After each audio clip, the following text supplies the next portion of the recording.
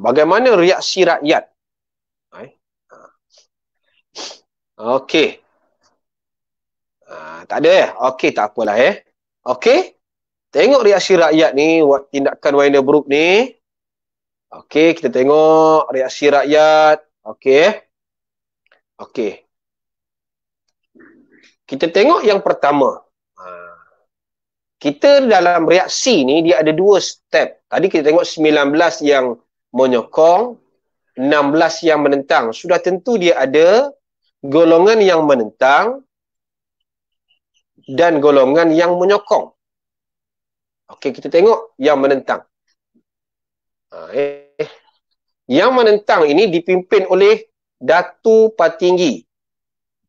Okey, kalau soalan tanya, mengapa timbul penentangan yang dipimpin oleh Datu Patinggi Haji Abdillah? Apa? Okey. Kalau kita tengok di situ, maka jawapan dia ialah apa yang sedang kita belajar ni. Okey. Yang pertama, F1. Katakan markahnya 6. Tindakan ini bertentangan dengan Perlembagaan 1941. Cikgu letak sini F1. Soalan tanya, lupa tulis soalan. Mengapa timbul penentangan di kalangan pemimpin Melayu? Dia tak tulis pun Datu Patinggi Abang Haji Abdillah. Dia tulis pemimpin Melayu. Okey, kita tengok di sini. F1 bertentangan dengan perlembagaan apa? Dalam Perlembagaan Sarawak, kita tengok huraian dia, menyatakan pemerintahan sendiri akan diberi kepada rakyat Sarawak. Ini dalam prinsip ke-8 perlembagaan, pemerintahan sendiri akan diberi kepada Sarawak. Jadi dialah langgarlah prinsip yang ke-8 ni. Dan kita nampak ini sebenarnya dia menafikan hak untuk mendapat pemerintahan sendiri. 3 markah. 3. Okey.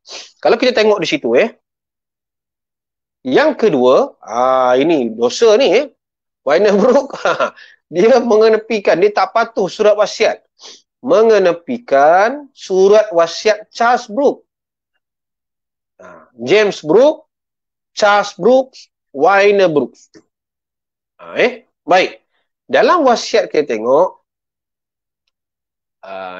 Wynebrook ini dia membuat keputusan sendiri tanpa bincang dengan anak saudara dia lah. Anak saudara dia dan Bertram Brooks. Dia tak bincang. Jadi kita nampak dah dapat berapa poin dah situ dah tadi. Sana 3, ini F2. Sini huraian 2A. Dah dapat 5 Dan kita nampak yang terakhir, Mac Bryan ini, ini Mac Bryan. Ini wakil daripada tanah jajahan. Menggunakan muslihat. Dia macam Harold McMichael jugalah Kita tak dapat lari daripada penipuan lah. Yang mana dia menggunakan apa? Dia kata huraian di sini menggunakan tekanan, desakan, pujukan dan sebagainya untuk mendapat persetujuan ketua tempatan. Itu kita nampak. Surat wasiat. Jewan. Surat wasiat ni sebelum dia meninggal dunia, kita buat wasiat. Bawa surat wasiat dan perlu dipatuhi. Surat wasiat tu lah macam kita harta kita kan. Kita tulis dalam wasiat saya.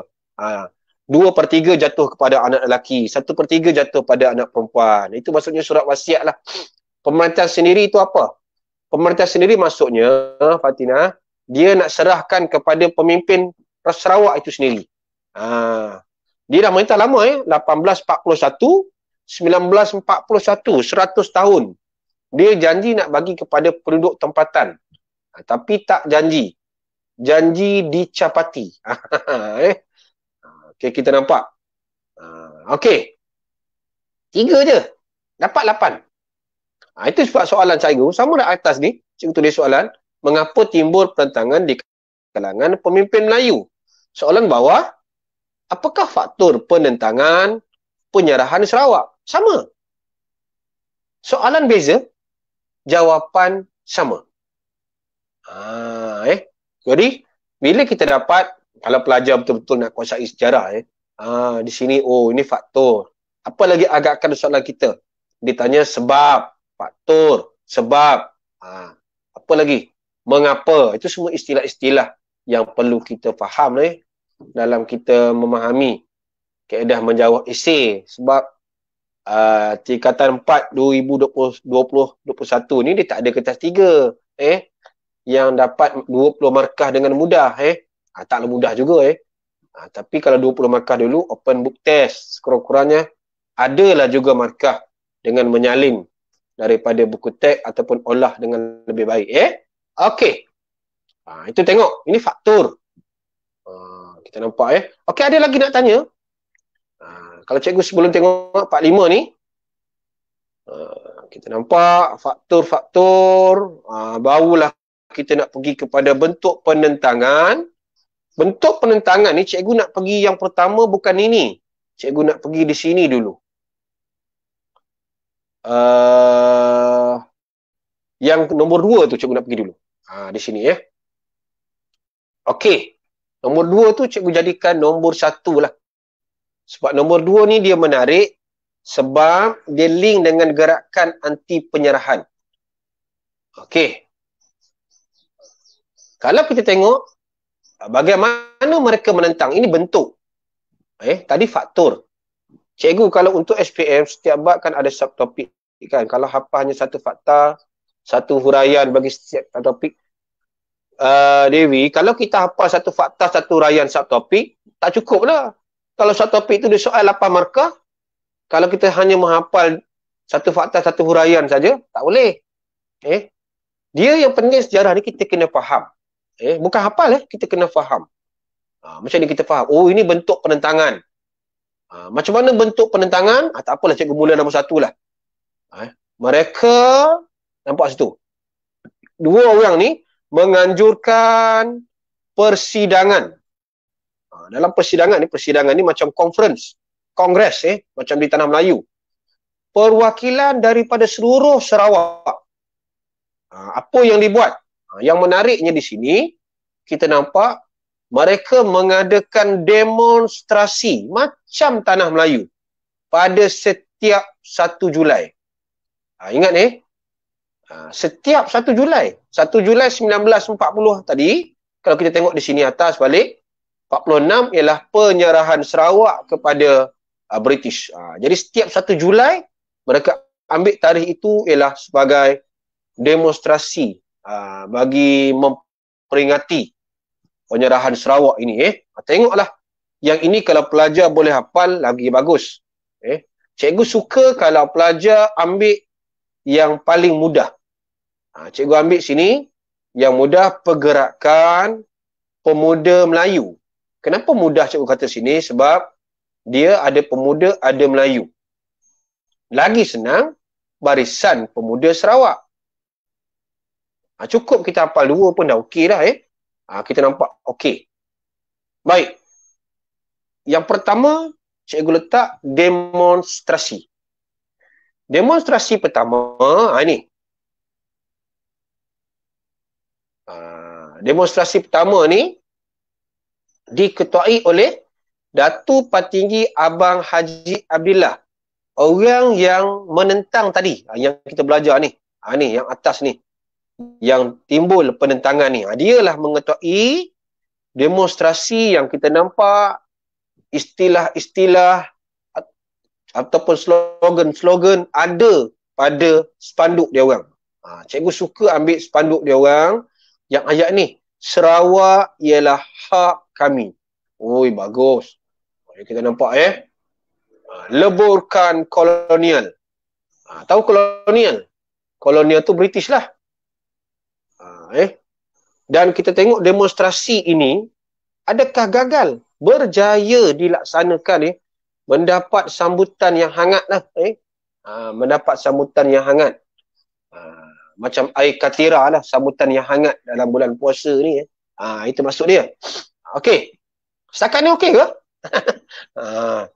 Cikgu cakap seorang je ni. Okey. Okay, tengok situ. Tak nampak itu tindakan. Pertama demonstrasi. Yang kedua buat demonstrasi, masukkan slogan dan berjaya. Good. Yang ketiga, yang ni cikgu nak letak pen biru. Ini cikgu minta pelajar tolong ingat. Kalau tingkatan 5, sukatan KBSM, dia ada gerakan anti penyerahan. Sama macam tingkatan 4. Okey. Ini namanya pemimpin gerakan anti penyerahan. Nanti kita belajar. Siapa pemimpin dia?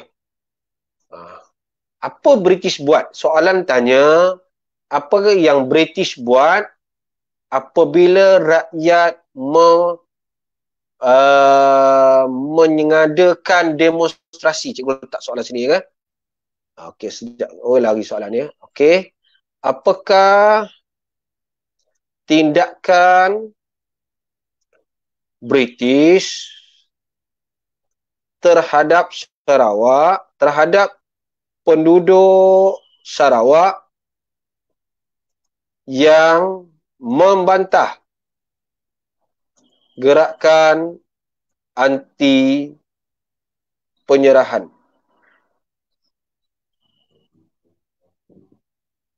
Ini gerakan anti penyerahan di sini. Baik. Kalau kita tengok di sini, apa British buat? Yang pertama, British buat apa? Okey, mengeluarkan pekeliling. Tahu pekeliling? Pekeliling ni surat. Surat demonstrasi. Demonstrasi ni macam perhimpunan aman. Perhimpunan aman. Nampak gambar tu kan? Bawa spanduk, berjalan di jalan-jalan ni. Ramai. Kerana rakyat dah nampak. Rakyat dah bangun dan mula menentang British pada waktu itu. Okey. Terima kasih ya. Okey, itu demonstrasi. Nampak gambar ni, ini demonstrasi lah. Dia bawa spanduk dan sebagainya. Okey. British mengeluarkan surat. Nampak ni. Dia mengeluarkan pekeliling. Pekeliling surat, surat arahan. Surat pekeliling nombor 9. Yang ada mana, apa yang ada di situ? Katakan soalan tanya, apakah yang terkandung dalam pekeliling nombor 9? Okey, tengok. Yang pertama, melarang orang awam menyertai anti penyerahan. Orang awam tu macam cikgu lah. Cikgu yang bekerja dengan kerajaan tak boleh terlibat. Kita nampak situ keluar surat melarang. 2 markah je. Tengok situ adakah ia berhenti setakat itu? Rupanya tidak. Rakyat Sarawak ni bagus pada waktu itu dia bangun, kalau kita tengok, mereka meletak jawatan, kaki tangan awam ni meletak jawatan beramai-ramai. Kaki tangan awam tu siapa? Contoh kita ambil Post dan Telegraph. 56 pelajar maktab menamatkan pengajian, berhenti sebagai bantahan. Itu kita nampak hebatnya apa? Penduduk Sarawak membantah gerakan anti penyerahan. Seia sekata.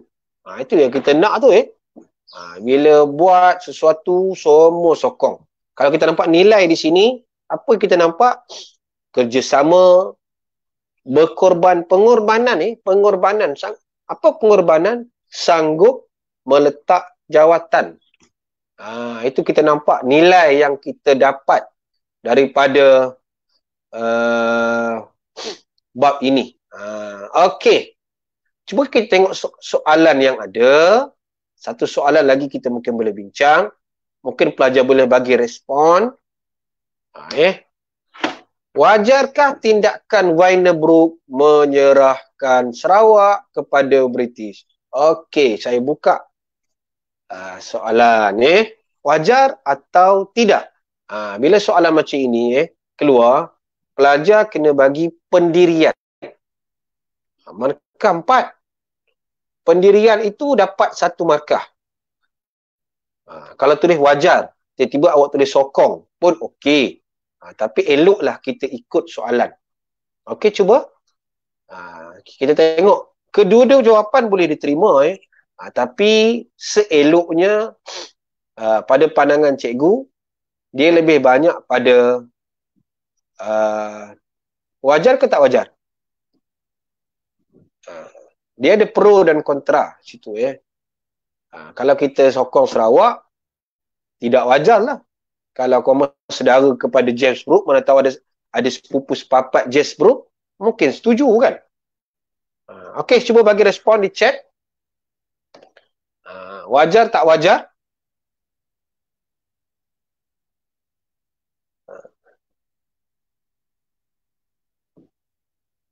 Okey, tak ada respon lagi, pelan-pelan cuba tengok. Yang pertama, pendirian.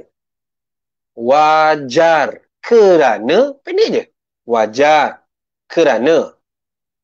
Tidak wajar kerana. Kerana apa? Tadi kita nampak dah kan? Soalan di sini. Jawapannya kena ambil pada sini. Pada faktor-faktor kita nampak di sini kan. Dua ni, nampak? Tidak wajar menyerahkan Sarawak. Tidak wajar kenapa, Syarwin? Baru 1 markah.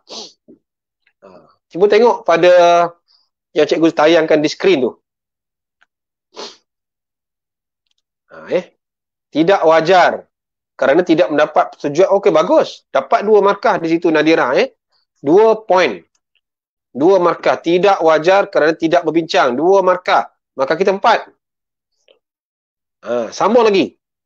Tidak wajar Siti Zulaikha kerana melanggar perlembagaan. Good. Perlembagaan, sambung sikit Zulaikha. Perlembagaan 1941.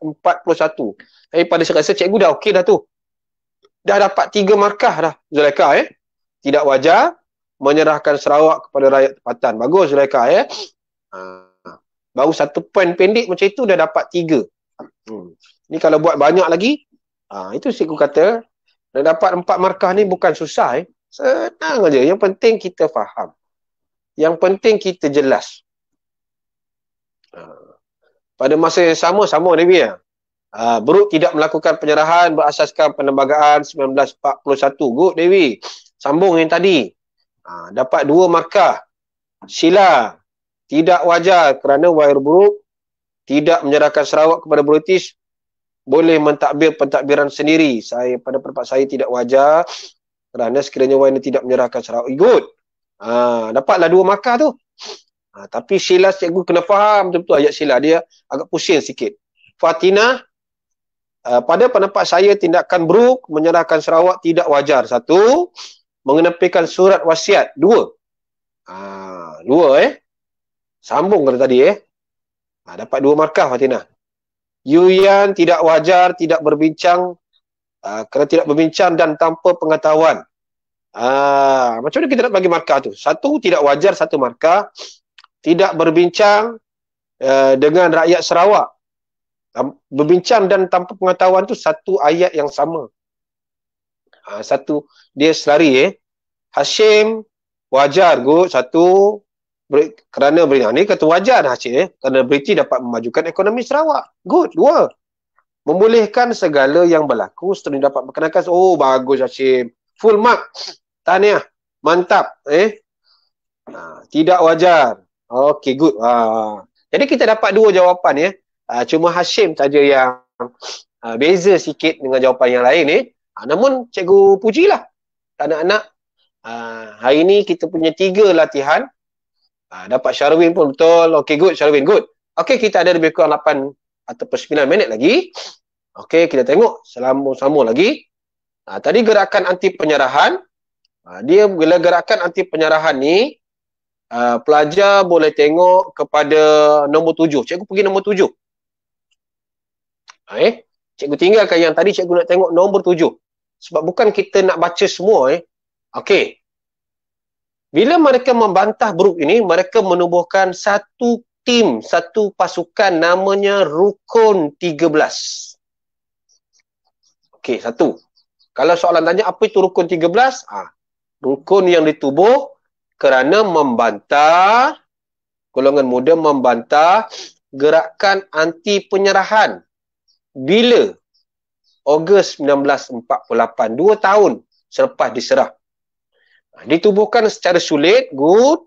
Siapa pemimpin dia? Kalau ingat semua, bagus. Tak ingat semua pun tak apa. Ingat satu. Cikgu suka pelajar ingat ialah Bujang Suntung. Tengok gambar tu ya. Dia kata golongan muda tapi gambar ni macam tua. Mungkin ini gambar yang ni mungkin waktu itu dia muda lagi. Baik. Rukun 13 ini, nampak sasaran dia. Nak menghapuskan pegawai tinggi British. Dan kita nampak inilah satu gerakan yang agak keras, ekstrim. Ekstrim, keras sikit yang kita nampak. Mereka telah mengadakan mesyuarat sulit untuk membunuh Sir Duncan Stewart. Dia nak bunuh ni. Dan kita nampak pada waktu itu dia bersambung. Duncan Stewart ini telah mati ditikam. Ditikam oleh siapa? Rosely Dobbie. Okey, good. Inilah satu lagi pemimpin Rukun 13. Dan ini dia menamakan peristiwa Sungkit Berdarah. Jadi kalau soalan tanya, jelaskan apa yang anda faham tentang peristiwa Sungkit Berdarah. Cikgu letak soalan. Jelaskan apa yang anda faham tentang peristiwa Sungkit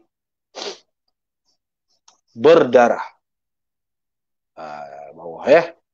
Baik. Ini. Kalau kita tengok soalan ni, ini. Dia menjawab soalan ini, kalau kita tengok, pelajar kena faham dua. Satu di sini, perenggan ni. Satu lagi di sini. Dalam perenggan ni lah. Dua perenggan yang berbeza, pelajar kena jelas dan kena faham. Peristiwa ini dan di atas. Kita nampak. Jadi dengan tindakan ini kita nampak pembunuhan ini menjadi satu sebab serta-merta lah. Bukan berhenti British British terus apa kita nampak? Menindas penduduk Sarawak.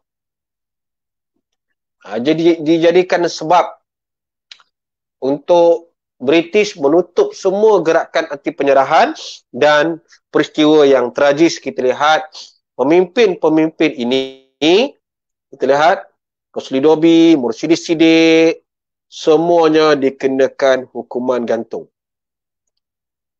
Dan pegawai-pegawai lain dikenakan hukuman penjara. Itu kita nampak peristiwa Sungkit Berdarah ini dikenakan tindakan ini tujuannya supaya rakyat pada waktu itu, rakyat Sarawak tidak lagi bangun menentang British. Okay, good. Ini adalah gambar Rosely Dobbie ditangkap. Dia relax je sebab orang yang hebat, dia relax saja. Ditangkap oleh polis selepas beliau membunuh Sir Duncan Stewart, iaitu Gubernur British yang kedua di Sarawak. Good Dewi. Okay.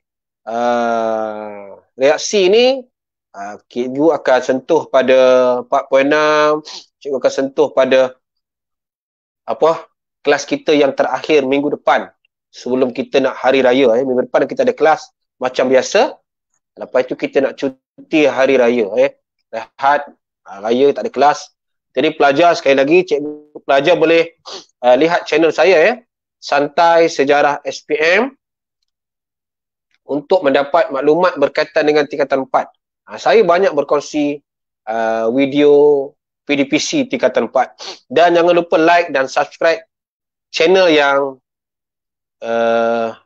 menguruskan program kita pada pagi ini, iaitu channel e-didik, supaya lepas ini banyak lagi program-program yang dapat dijalankan oleh e-didik untuk membantu anak-anak waktu PKP ini. Subscribe, dan cikgu harap pelajar jelas dan faham. Kalau tak faham, kita dah ada channel group di channel e-didik untuk pelajar-pelajar tingkatan 4 di Telegram. Pelajar boleh message saya kalau nak join lah, boleh dapat. Kalau tengok situ, grup sejarah tingkatan 4 2021. Okey. Itu saja untuk pagi ini. Cikgu doakan semuanya berjaya, sukses, sihat dan terus ceria. Selamat berpuasa kepada yang beragama Islam. Yang